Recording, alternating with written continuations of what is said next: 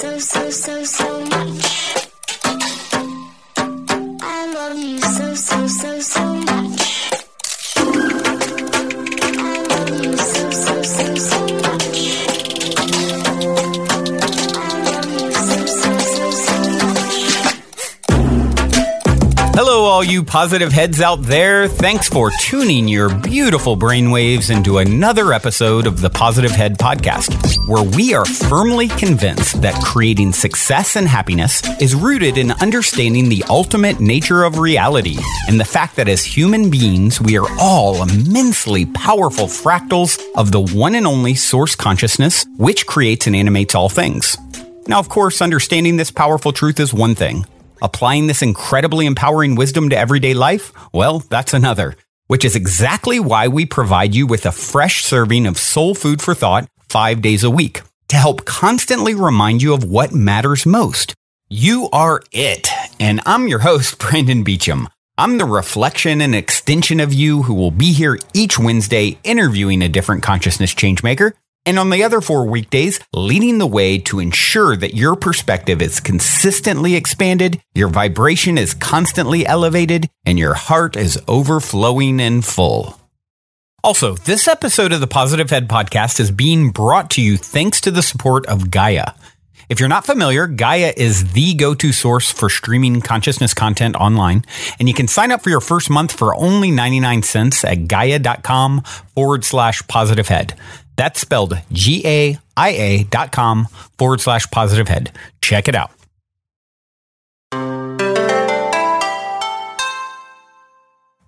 All right, all you positive heads, welcome to the show. It is another day in paradise here. It is a fabulous Thursday.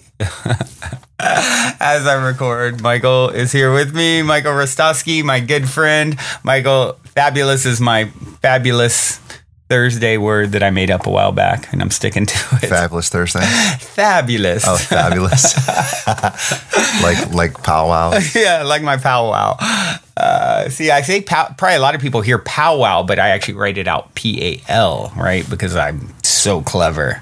Michael just saw it and laughed out loud, and that made me happy. So yeah, Michael, thanks for coming on again, man, and sticking around and helping. It's of course, shocker, it's in divine alignment that you would be here for today's episode that wants to come through, has obviously made its presence known as a topic that wants to be discussed in this time-space continuum that is Thursday, June 28th, 2018 in imaginary time. On the Gregorian calendar. It's not in alignment with nature. But, we're working through the issues, aren't we? Today what I want to talk about is miracles, healing. And this is prompted by seeing a new documentary on Netflix last night. And I'll get to that in just a minute. Before I do, I would like to just give a quick shout out to you guys to take the time to review on iTunes if you haven't done so. It definitely is the holy grail of all things podcasting, and certainly helps to fuel my fire to get that my labor of love, to get the circle of love, sort of coming back my direction, hearing from you guys. Also, Castbox is a new app that I'm really digging, and they're supporting the show, and you can review there too. So highly recommend following over there as well. And joining the Facebook group if you haven't done so already. It's Positive Heads with an S. Great place to connect with other listeners, share, open up about, maybe personal stuff or questions that you wouldn't want the rest of Facebook land to see. We actually had a really great post that was made by Paula Johnson that goes along with today's episode, part of the synchronicity of today's episode. I'm going to read a little bit later. There was also a post in the Facebook group by Joanne Maravelle, who asked about the Purium transformation that over 60 of us just went through. And she's looking to do her own transformation /cleanse /metabolic reset come mid-July, and was asking if anyone else wanted to participate. And I thought, for me personally, you guys have heard me talk about it. It truly has been transformational. I lost 10, 11, I don't know, it varies depending what day, when I get on the scale, but 10 to 12 pounds, which was sort of a byproduct. It wasn't my primary aim. My primary aim was to reset my relationship with food and have a baseline of superfoods that I'm taking in easily every day. And that definitely has happened. I'm continuing to do it after the 10 days. I'm going to be using these products forever because I really love them and believe in them. And Joanne's looking for other people who want to participate. And if you guys are into it, I found I have way more energy. I've been going to, well, you've been here, Michael, you've seen I've been going to yoga every day or worked out or something, which, before I was running out of energy. And so I'm so glad I went down this path by aligning with Purium. And if you guys are interested in participating, if enough of you are interested, we'll put something together where maybe, myself or Tala and Ema, we can help support and, all those things like we've previously done. You can write at purium@positivehead.com if you're interested, or just go to positivehead.com/transformation, and all the info is there about it. And you can hear, the webinar we've recorded and the interview with Dave Sandoval, etc. So the founder of Purium. So, all right, let's jump right in here. Miracle, Faith or Fiction, new documentary on Netflix by Darren Brown. And Darren Brown is awesome. I hadn't seen him in years. I saw him years ago, and the show I saw blew my mind. You were familiar with him, right? Yeah. My brother David, who shares your birthday, I remember he showed me some videos where I think Darren Brown switched colors in people's minds. He paid for jewelry at a jewelry store with just a wad of paper. Yes, I saw this by basically just reprogramming their mind, and he explains how he does it, which is what's so powerful. Yeah. He would he had pieces of paper the shape of dollars, and he would literally, as he's handing it to them, he'd be talking about something else that he sort of set up in the conversation. He's like, yeah, just take it. It's good. He acted like he's talking about something else, but he's literally hypnotizing these people. Yes. And programming them. Yep. Yeah. So it's high level hypnosis, NLP. Incredible. It truly was incredible. I've thought about him, for years, and now all of a sudden this new documentary, and it's a whole next level because he actually takes it. Yeah, is there some illusion going on with some of what he's doing? Absolutely, and that in itself is just incredible to witness and behold, and how did he just do that? I can't figure it out, right? But what's really interesting to me, Michael, is the, half of that show of this thing on Netflix is him healing people. And he's actually mocking evangelicals, and sort of saying, it's all BS that they're saying God is doing it. Now, he's an atheist. I don't think what he realizes is, he is God. But that's a whole nother conversation that we talk about all the time. Basically he concludes that we are the miracle, and he shows it by, people being healed from major back issues, people being able to throw away their glasses. I believe it's all coming from his ability to create a container to suspend disbelief long enough to, we're so programmable, right?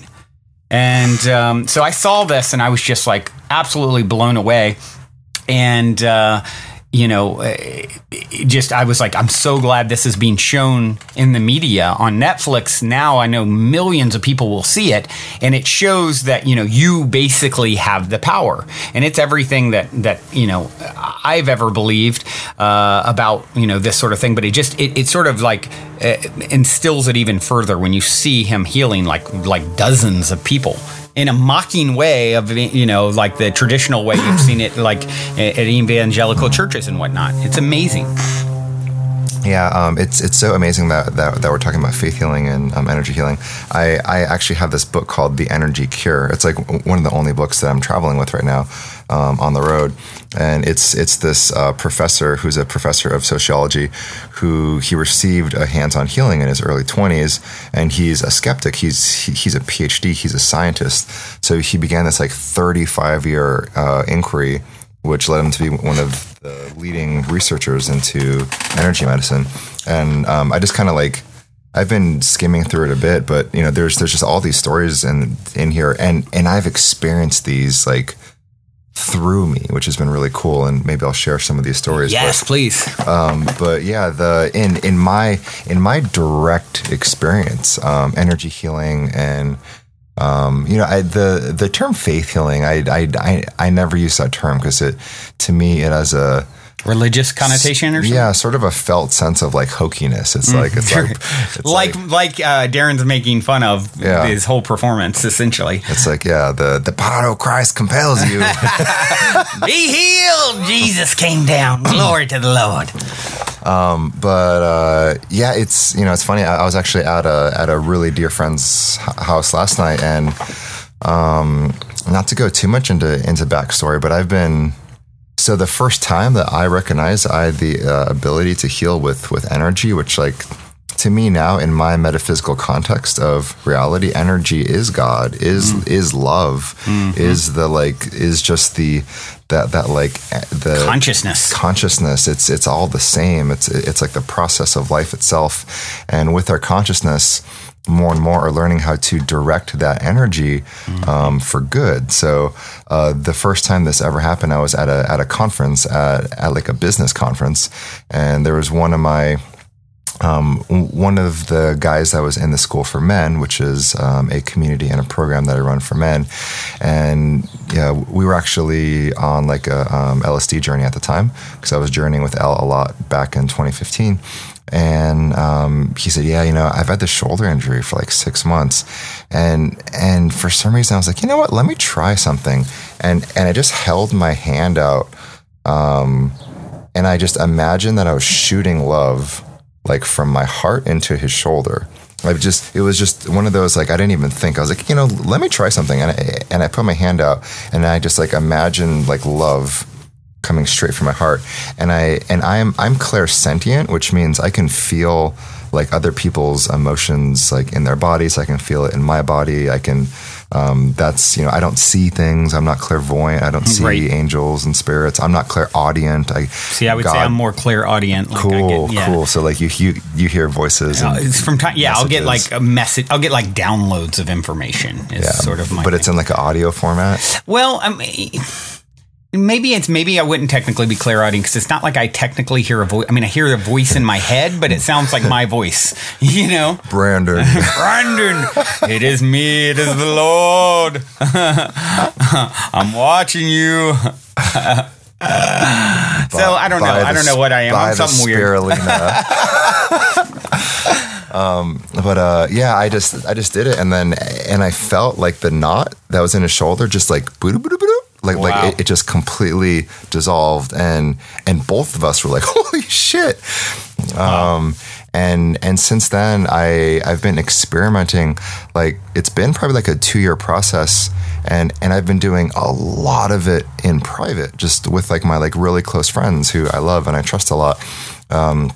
Actually, last night I was at just a dear sister. Synchronistically, while I'm watching Darren Brown, and I was doing some work on her, because like it's actually fun and like energizing for me. It's like one of my favorite things. Because I get to observe this like healing energy coming through me.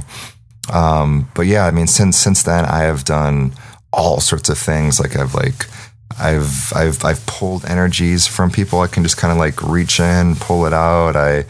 I've like helped move like bones back into place. I've like supported healing process of like torn ligaments in knees, and even your own recent accident.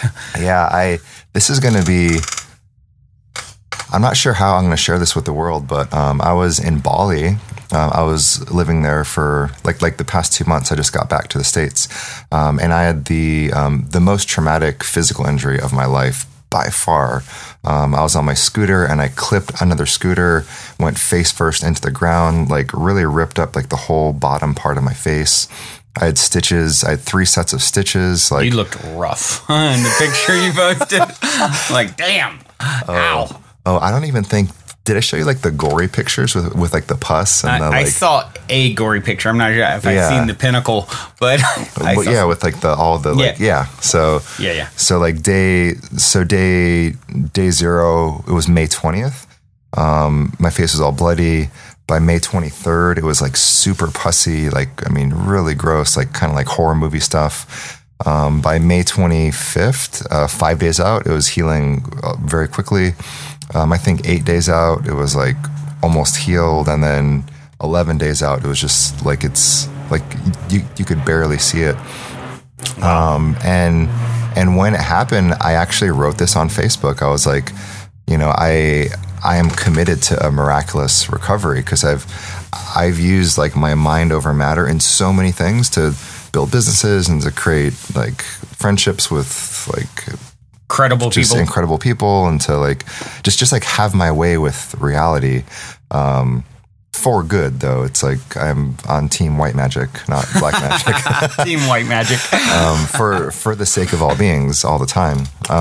But I'm very, very connected to like galactic and like angelic energies, frequencies of light. I would like lay in bed and listen to like YouTube binaural beats, meditations on like healing your skin. By the way, there's YouTube binaural beats meditations for everything. Everything, like all the chakras. I mean, everything. They're really great. Yeah. And they're free. Yeah. I was using one last night actually too. Yeah, just all the stuff. I did like a 5-day juice, like a green juice cleanse, just to have as little energy going to digestion as possible. And then I would lay in bed and I'd say like, I call in my galactic and angelic healing teams, and I would just feel all this energy come into the room. I would cry and cry and cry because of the beauty of the experience. And then like there were times where I literally had the felt experience of my skin regrowing, wow. which was like such a psychedelic experience. Sober. Yeah. Wow. Sorry, go ahead. There's just so much excitement around this. Kind of like a download that I got. I've been getting a lot of like immortality codes, and I feel safe sharing them here. So the time matrix, and it's funny, we're talking about like the time matrix and the like. He starts the show like all on this whole thing. How time's an illusion. Oh yeah, okay, it's all about time. Yes, the last thing he does time. is he stops Yes. the clock. Yes. He gets a watch off a guy, and he's holding it, and he's sitting there saying, "Our stories create reality. Our stories create reality. You know, time is not real. Time." And the next thing you know, you're watching the hand ticking, and it just stops. It was badass.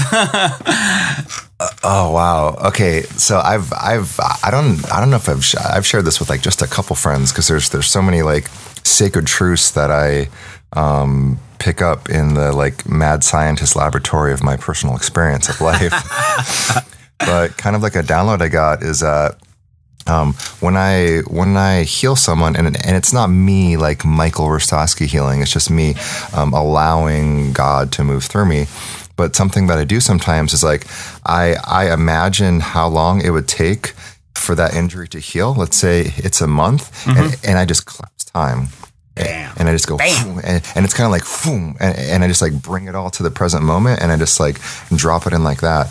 And I got this download that like, I just have a hunch like that's what Jesus did, and that's what you know, he would just allow people to rise up. While also seeing them like I kind of like look at them and I hold them with that Christed lens, and I see them as like a perfect divine being, as a child of God. Like I see nothing wrong with them. I see them healthy, and I project that out into the like holographic nature of the universe, and I project that so hard with so much certainty that sometimes like people will just like start crying, or I've seen you do work on people that start crying and are having like, I mean, I think of our friend Shannon, who comes over to me and is like, I don't know what just happened. I just hugged Michael, and next thing I knew I was like in outer space, and like for hours she was like, I don't even know what that experience just was. Like in Costa Rica, I saw it happen a few times. It's pretty incredible. And just to speak to what you're saying about Jesus, like it makes me think of this book by G. G.W. Harding called The Messengers, and it's supposedly a guy who remembered his past life as Paul the Apostle, and he's really in past life regression. Now, some people, my theory on this is we could all access that memory. We've all been it all. So, so is it weird that he was this very famous figure? Well, not really, if we're all at all and we all have access to the memories because it's all one consciousness. So anyway, he the whole book, and you can download it for free online, by the way, G.W. Harding, The Messengers. It's great. And he just recounts over 6 months in past life regression his time with Jesus from like the first time he met until he was dead. And basically that's the same thing it was saying is like in that book is like Jesus was creating a container and suspending disbelief long enough to make people susceptible to healing themselves. And that's basically what Darren Brown was saying last night. I'm creating a container here that gets enough people thinking that it's possible to be healed, and then that's how influenceable we are. We're so programmable that we'll take paper as money for a $5,000 ring if we've been programmed to do so. And you start using that for good, that power for good, and it's like this movie in general, this documentary, to me, I'm so excited it's getting out to millions of people because it's like next level, guys. Look how much fun and even joke I'm making out of how programmable we are.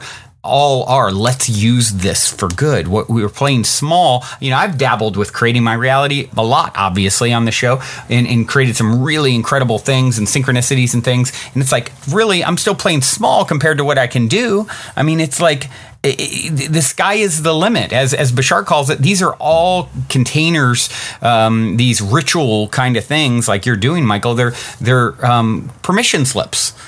For us to create a container to give us a reason to believe.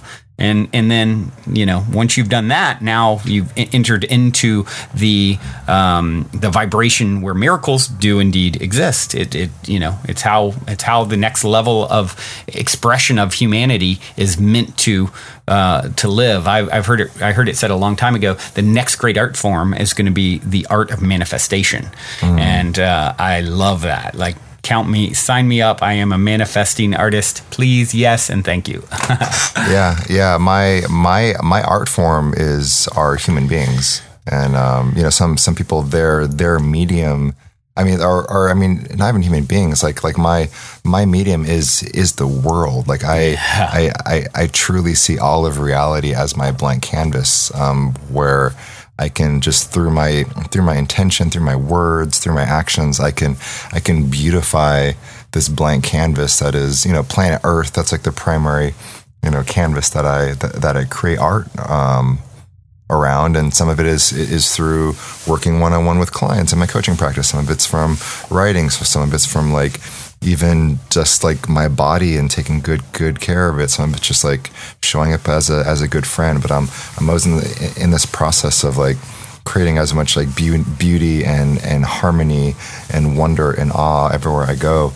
And it's just fun. It's fun. It's fun to like wake up in the video game and go, oh wow, like yeah, this is my reality to make better. Yeah. For myself and all beings. And it's like we're waking up so quickly. It's like this is to me, just seeing that last night and the way he exposed it all for everyone to see and for the world to see is like, this is going to have such a huge ripple of impact.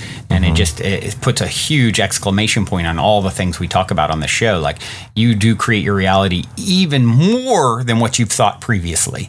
Like, so let's step it up. Let's use the tools that are at our disposal, more generously. Let's next level time. You know what I mean?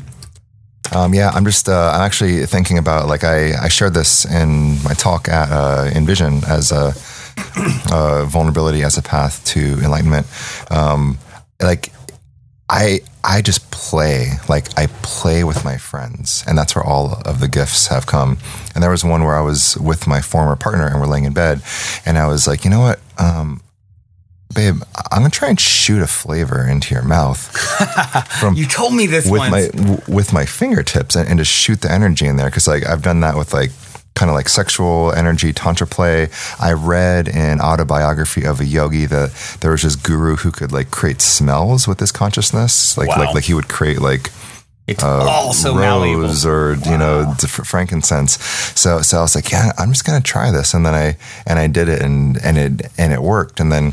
I did it at a superhero academy, and I did it with a couple friends, and they're like, oh my god, like lemon or honey.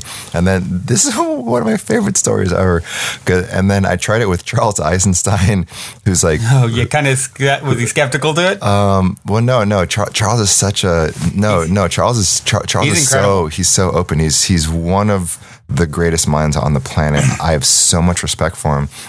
And when I did it with Charles, I noticed that there's a couple people on Earth who, like, I respect them so much, like I kind of put them on a pedestal a little bit, right. and I did that with Charles. So like, Well, he and if you guys aren't familiar, Charles Eisenstein is like a brilliant guy. He wrote the books, sacred economics, and the other one is. Yeah, he wrote Sacred Economics, and it's the more beautiful world our hearts know is possible. So yeah. Anyway.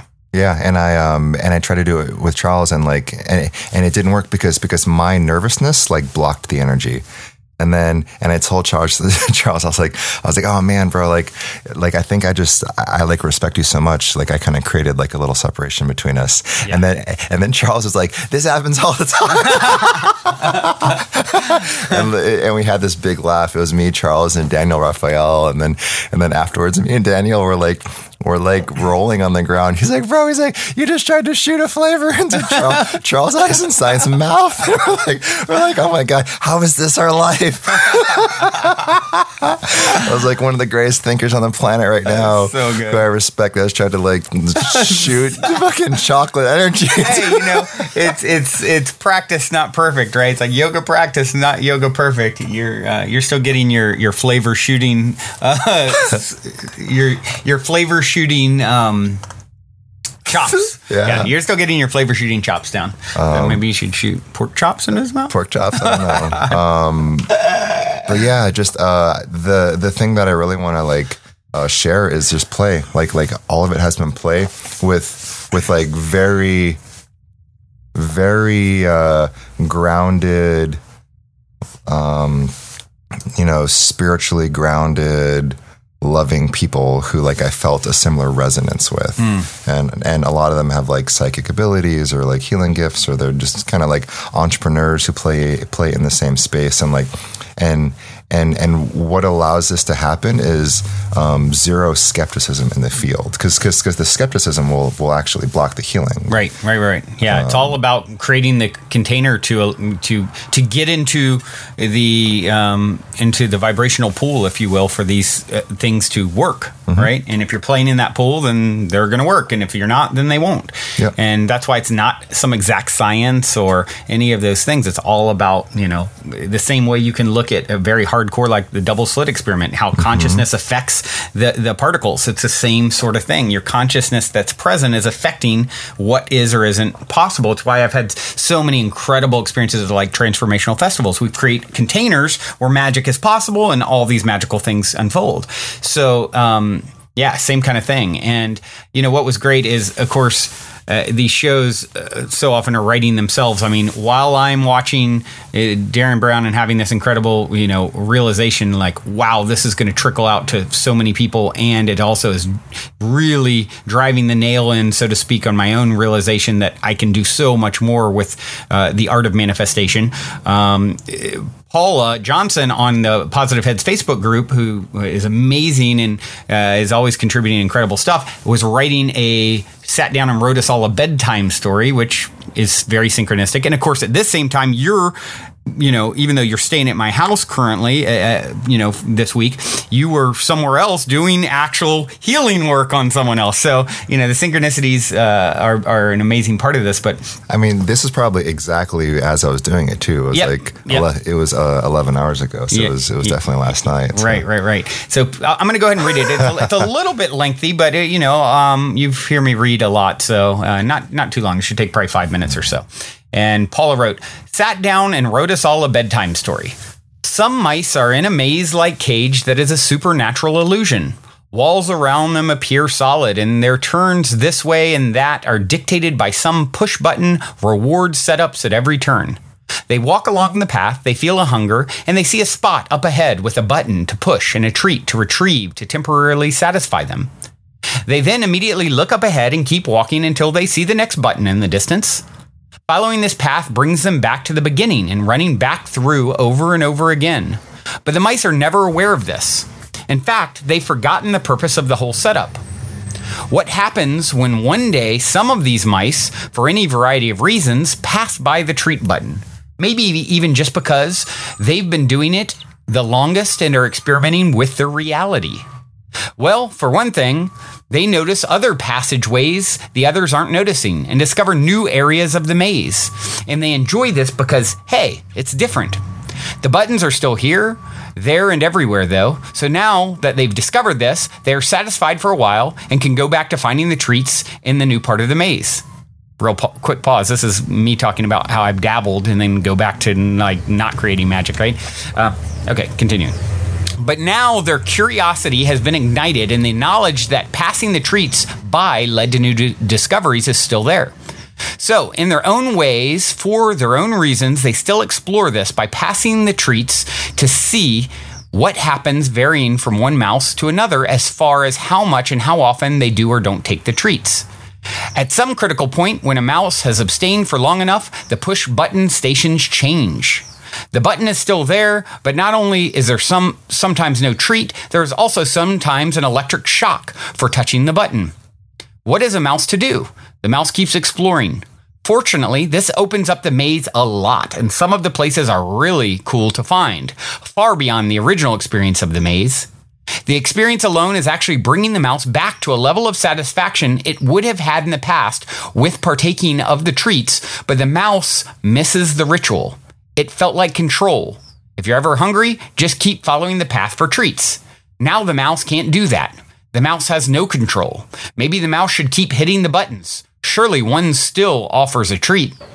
The mouse experiments with this idea some, and on the odd occasion it finds a treat, but it seems the act of hitting the button has taken away the experience of the satisfaction of exploring, and again, treats are now few and far between. What's a mouse to do? Well, the mouse wrestles with this for a while, but ultimately the mouse knows what its best option is logically. It reconciles itself to the exploration and passes the buttons by. Attachment to the outside provisions is released. The maze journey becomes indescribably beautiful at times, and fellow mice on the path cross each other's paths, as there are many directions open for each, and finds the experience of running into others who have made the same adjustment to be quite exhilarating too. One day, something extraordinary happens. It seems that a certain critical number of mice in the exploration section of the maze causes another shift in the very rules by which it operates. The walls themselves begin to transform. The mice are not only able to see that they have been in a maze-like cage that is a tiny fraction of where they really are, they can see through the walls to the other mice who are still in such a dull and drab experience that they feel a sense of compassion they hadn't even considered before. However, the mice can't get through the walls. They can only see. Some try, but to no avail. More mice do trickle in here and there, though, and as they grow in numbers, one day when one of those mice touches the wall, his little mouse paw goes right through it for an instant. As the mice grow further in numbers, this phenomena increases.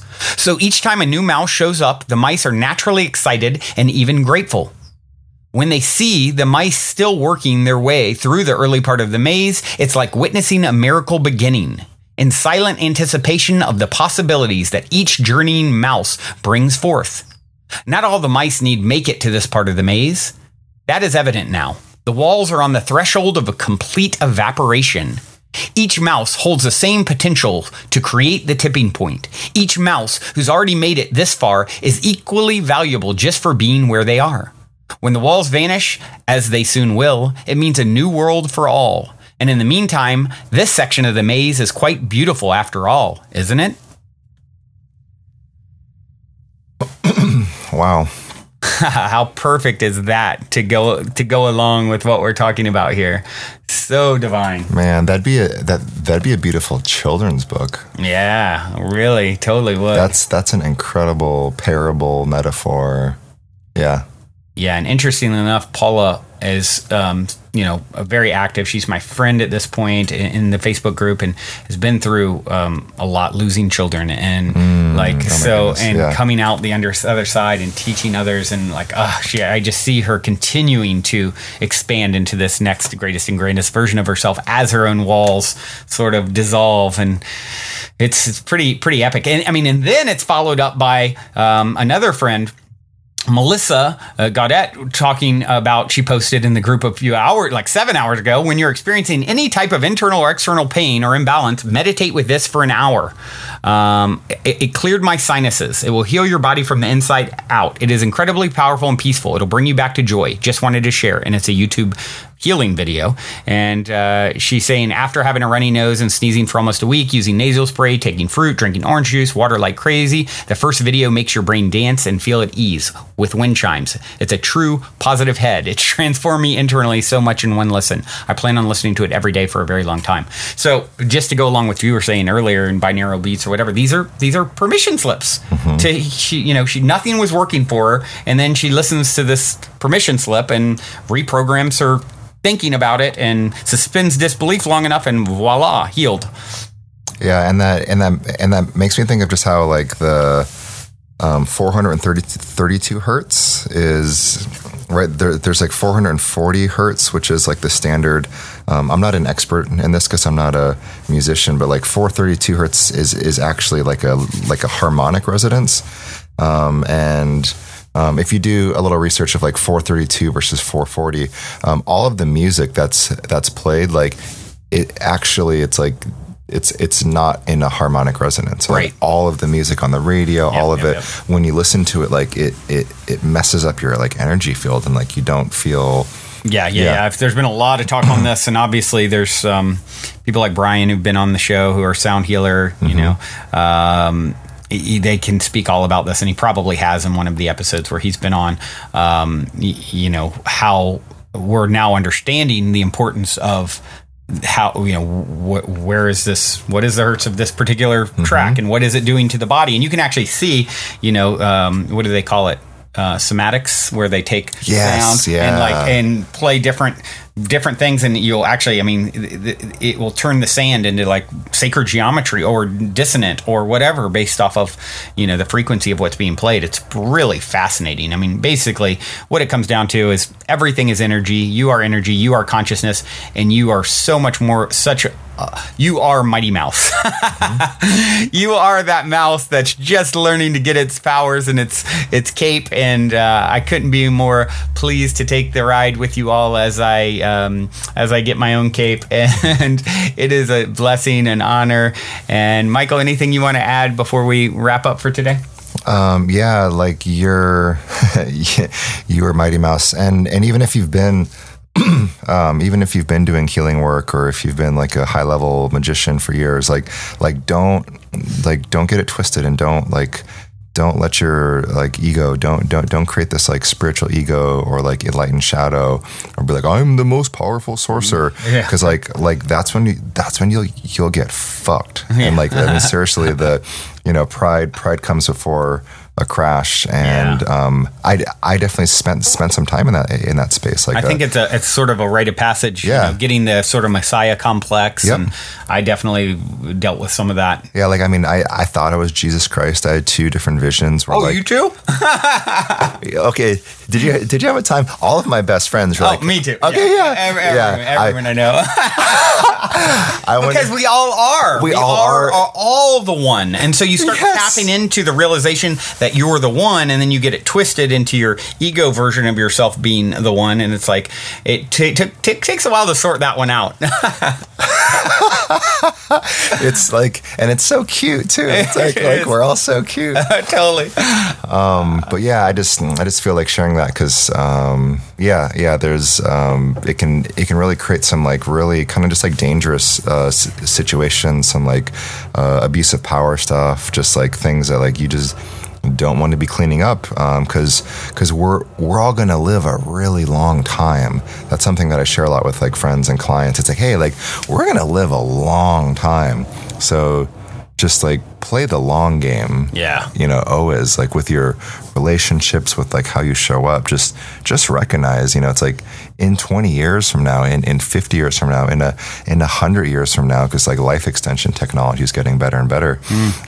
In like 200 years from now, it's like, would you want this to be on your resume. Record or resume, just Your 3D resume? your 3D resume. And it's like, just not even for like external, but like for yourself, it's like, do you want to show up in any way that's like manipulative or violent or just like haughty or arrogant or, no. So You can only deceive yourself ultimately. Like if you think you're ever deceiving anyone, yes, you are yourself because there are no others, right?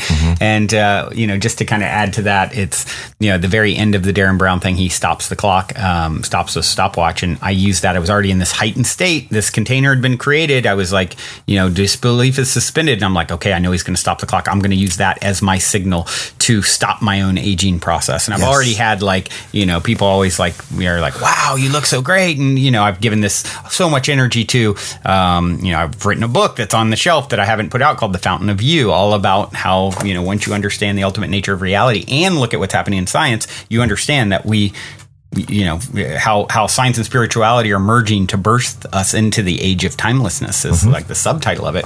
And so I used that moment to stop the aging process for myself and gave all this energy to it. The permission slip was there. It was already set up. And so, you're going to be around a long time. And even if you do lose your bio bodysuit, you're going to be around a long time. And you've been around a long time because this is eternity. And I'm happy to be floating in eternity with all of you, Michael. So nice to float with you today, my friend. It's always a pleasure.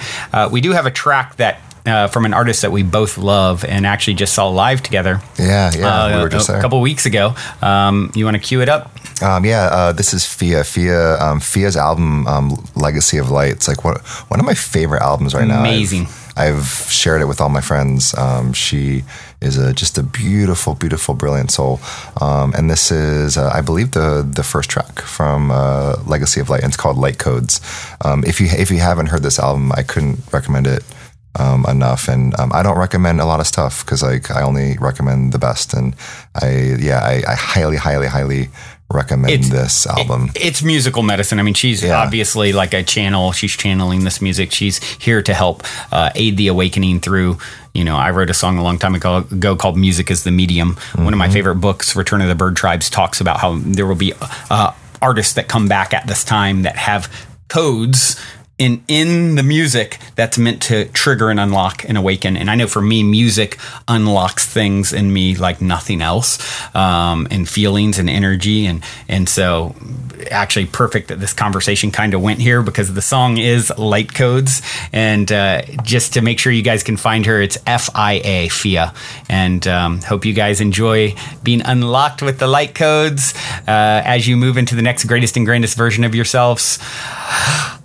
Love all you mighty mouseses. Journey well.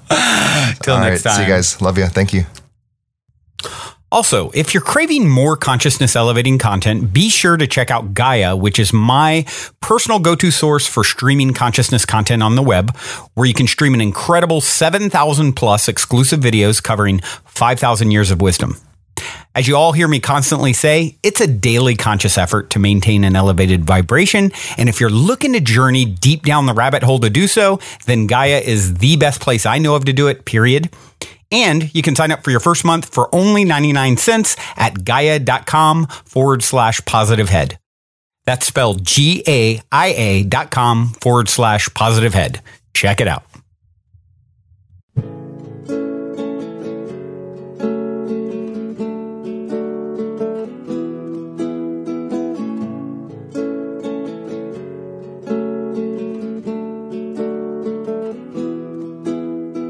Dear divine star child, you who stare at the moon, I know that you're longing for home, the place that you came from.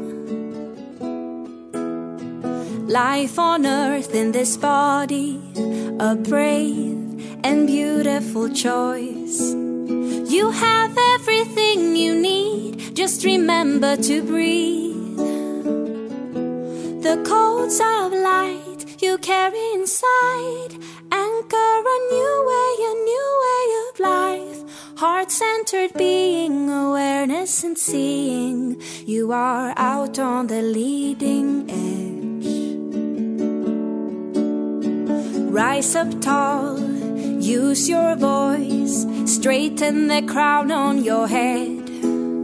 We need you to fully be here, embodied and clear. Know your health, oh so loved, adored by the earth and the heavens above. You have everything you need, just remember to breathe. The codes of light you carry inside anchor a new way of life.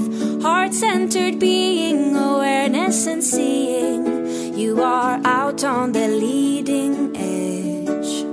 A global awakening, a rising of frequency.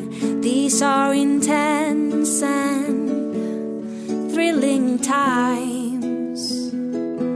The codes of light you carry inside anchor a new way of life. Heart-centered being, awareness and seeing.